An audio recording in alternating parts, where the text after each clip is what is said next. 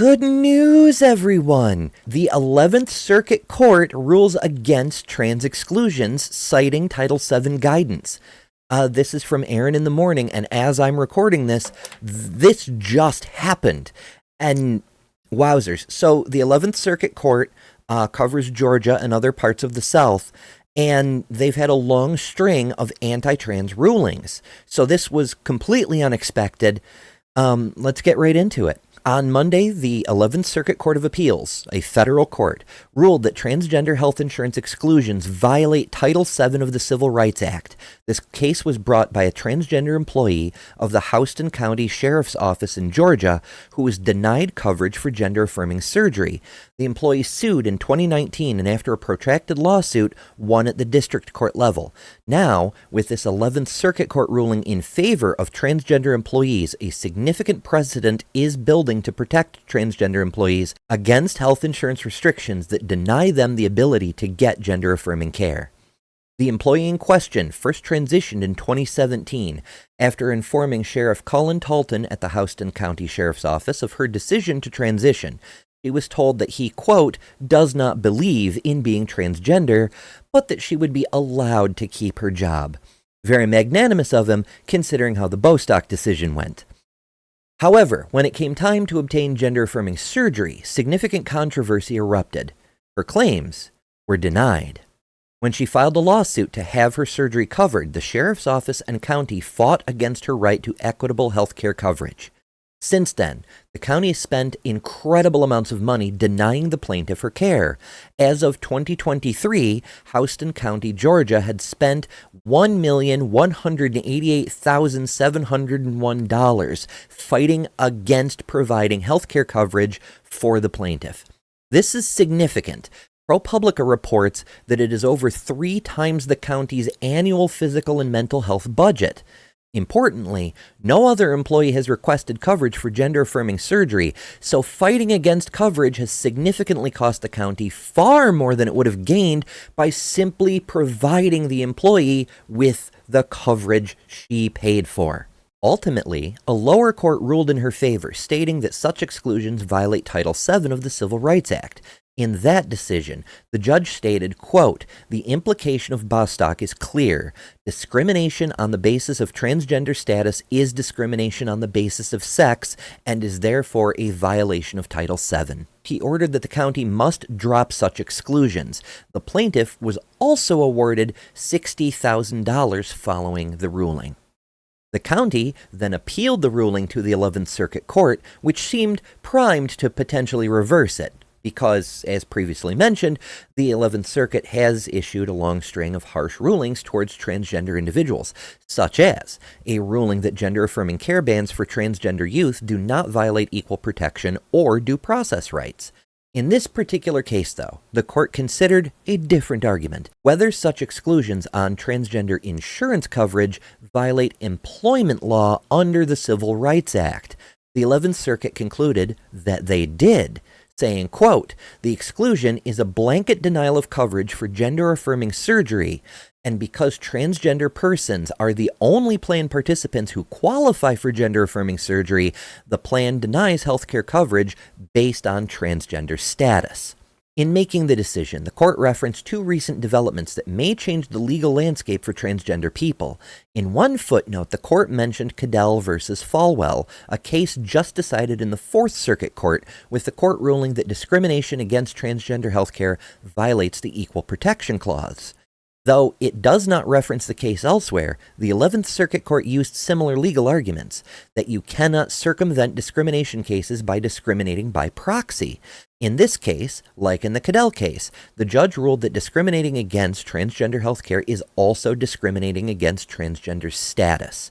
The judge ruled that the defendant's, quote, sex is inextricably tied to the denial of coverage for gender-affirming surgery, and thus one cannot circumvent discrimination statutes by claiming they are only discriminating against a procedure and not a category of people. And that is fucking huge, because if you've been following transgender news for a while, you see there are a lot of cases where people are using the same thing they used against gay marriage, where they're saying, well, we're not discriminating against gay people. Nobody can get gay married, when in fact, the straight people are not getting gay married. So you are discriminating against gay people because they're the only ones trying to get gay married.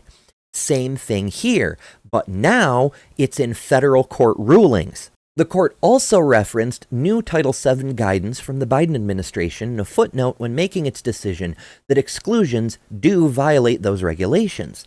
On April 29th, the U.S. Equal Employment Opportunity Commission issued updated guidance stating that Title VII protections include protections on gender identity.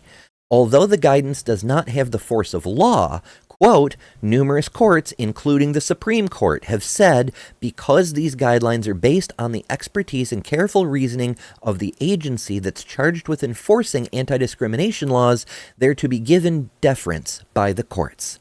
Now, it appears that a major court, which has ruled against transgender rights in the past, has indeed given those guidelines some credit in their ruling. The importance of this ruling is hard to overstate, and it will likely be one of the many rulings referenced whenever such cases eventually reach the Supreme Court.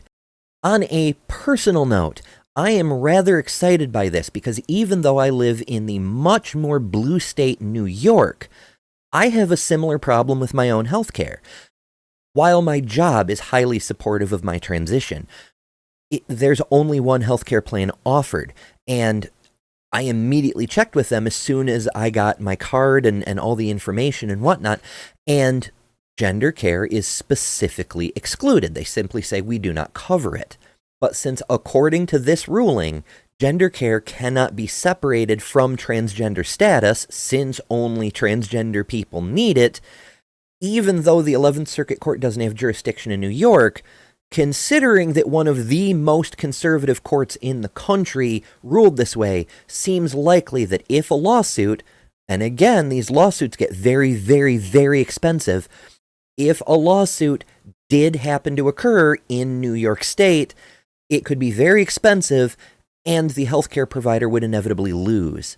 So I'm kind of excited because I am definitely sending this information on to my HR department and my healthcare plan with an advisory that if they change their policy ahead of the rollout of federal regulations on this matter, they could save themselves potentially millions of dollars. And I might get some healthcare, which would be bloody nice. In the ongoing battle against transphobic nonsense, there are few warriors as dedicated as medical professionals. If you've been following this channel for a little while, you know that we've been following the fallout from the Cass Review over in England. And this week, American health professionals struck back. From Aaron in the Morning, Endocrine Society and American Academy of Pediatrics respond to Cass and reject bans. Over the past few weeks, Dr. Hilary Cass has begun giving interviews in the United States to defend her report targeting transgender care. The Cass Review has faced criticism for its alleged anti-trans political ties, biased findings, promotion of conversion therapists, and poor treatment of evidence regarding transgender care. In an interview with NPR, Dr. Cass claimed that transgender individuals' care should be judged by their employment rather than their satisfaction with the care received. Later, during an interview with the New York Times, Cass misleadingly stated that she had not been contacted by any lawmakers or U.S. health bodies, despite having met with political appointees of Governor Ron DeSantis to discuss banning trans care before her report was published. In response, both the American Academy of Pediatrics and the Endocrine Society have categorically rejected the review as a justification for bans on care and have challenged many of its alleged findings. In a statement released by the Endocrine Society, they reiterated that they stand by their guidelines around the provision of gender-affirming care for transgender youth. Quote, "We stand firm in our support of gender-affirming care. Transgender and gender-diverse people deserve access to needed and often life-saving medical care. NHS England's recent report, the Cass Review, does not contain any new research that would contradict the recommendations made in our clinical practice guideline on gender-affirming care. Medical evidence, not politics, should inform treatment decisions."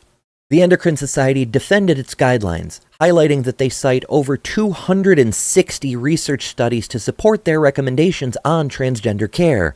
Moreover, the guidelines were developed with input from more than 18,000 members who had the opportunity to comment. This process is notably more transparent than the CAS review, whose advisory members have been kept secret. Investigations have revealed that several members are part of an anti-trans lobbying organization, SEGM, which the Southern Poverty Law Center has described as the hub of an anti-LGBTQ pseudoscience network.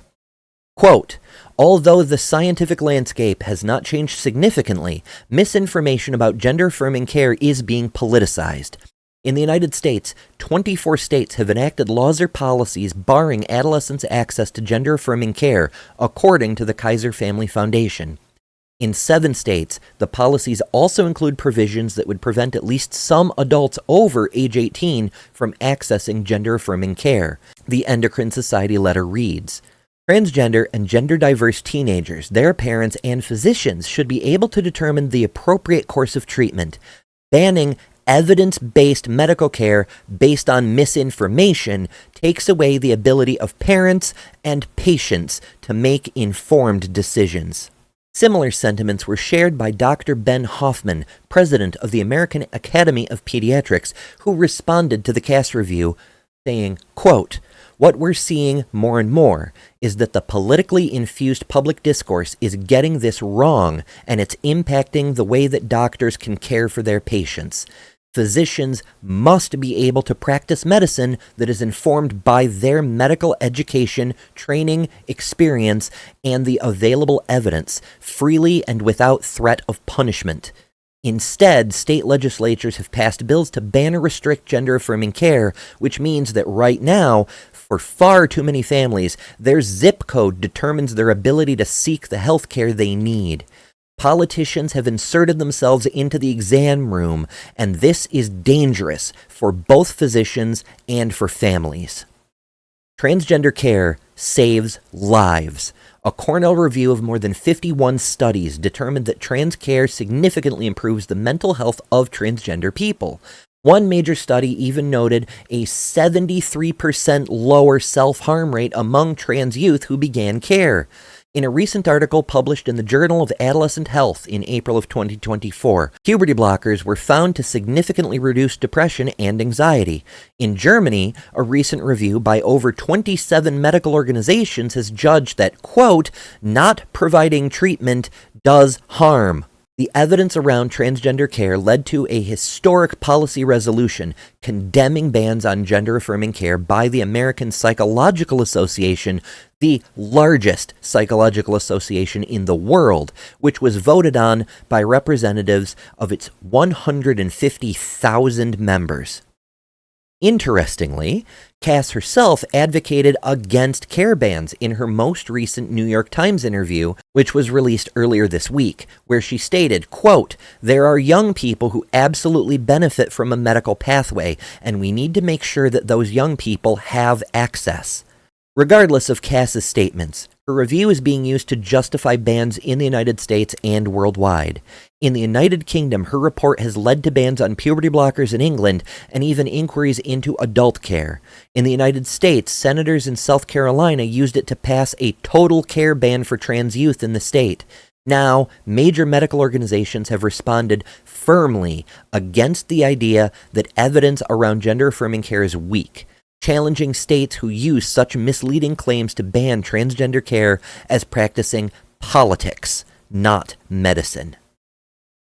Last week, a clip went viral of a woman being filmed in a bathroom by a cis woman. Let's have a look. What are you doing? Going to the bathroom. Why are you in the girls' bathroom? I'm a trans girl. But you're not a girl. Oh, we're doing one of these. Yeah. Interesting. Never had this before. I don't know what to say.